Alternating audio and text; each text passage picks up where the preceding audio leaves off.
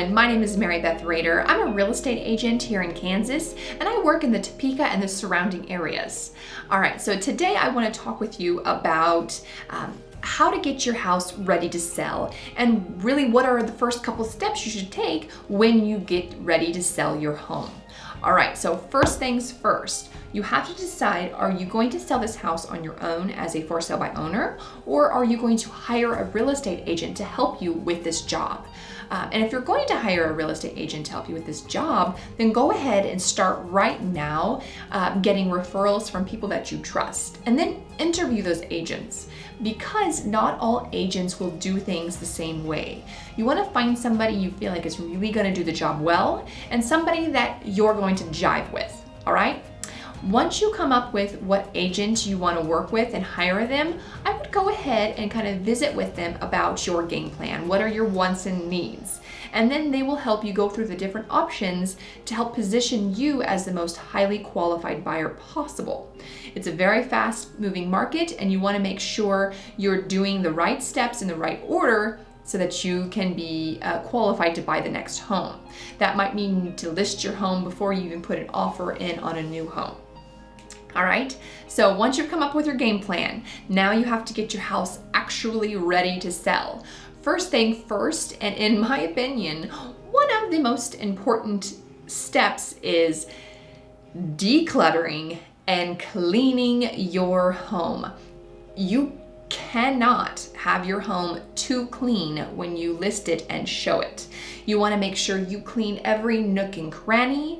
You want to go ahead and start packing things up so you can declutter your home. Anything that's really personable for you, like little knickknacks, go ahead and start packing them up. I mean, you're already going to be getting ready to move anyways in the near future. Go ahead and start getting them put away. Clean all the windows, everywhere you could possibly clean. You want to make your home look as close to something you would see on HGTV as possible. All right?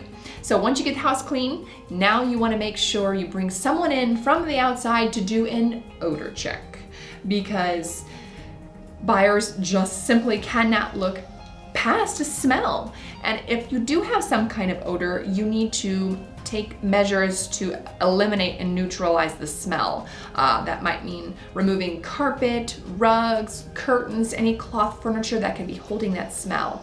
You might want to run an ozone generator when nobody's in the house, change the air filter, whatever you can think of to neutralize the smell, and then have that person come back in after a while and make sure the smell is for sure gone, because nobody is going to be fooled by an air freshener if you just try to cover up the odor. It just doesn't work, okay?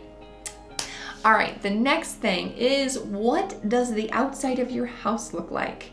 You want to make sure you have a nice curbside appeal. And I'm sure that you have heard this before, but it is so true. Buyers will absolutely judge your house before they even walk in it.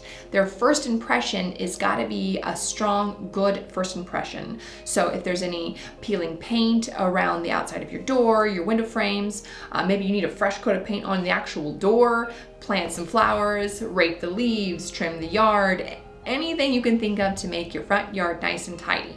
And if you're kind of on a budget and you're wondering, should you do the front yard or focus on the backyard? For sure, focus on the front yard, okay?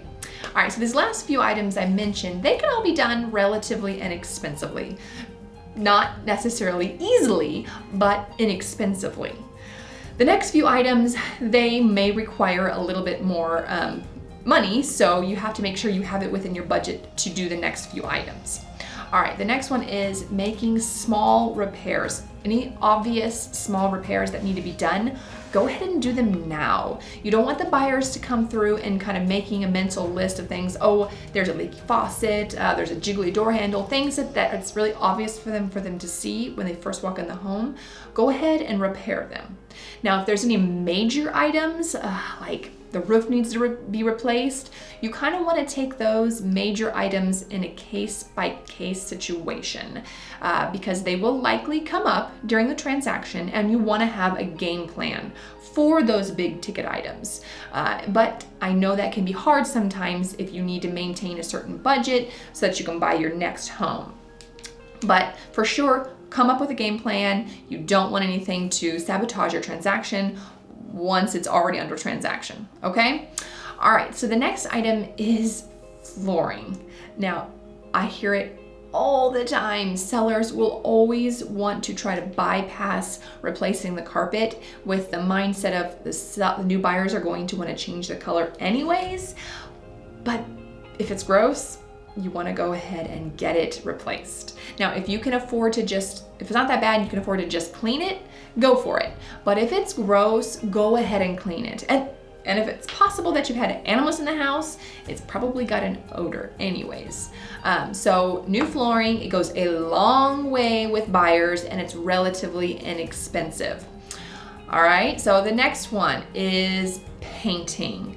Again, if you have the means to do so, it's a really inexpensive way to spruce up your home and breathe new life into it. So if you've got some grungy, dirty walls, you might want to go ahead and repaint them. Or perhaps you have one wall that's like bright orange or something that wouldn't appeal to a ton of people.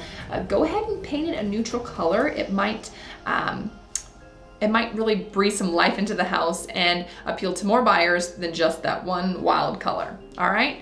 And the last thing is also something I would recommend doing in a case-by-case situation is pre-inspections. They definitely have their pros, but also cons. So I'd maybe run that by your realtor and see what they feel like and kind of discuss your options there. But that's another option to help make for a smoother transaction once you're under contract.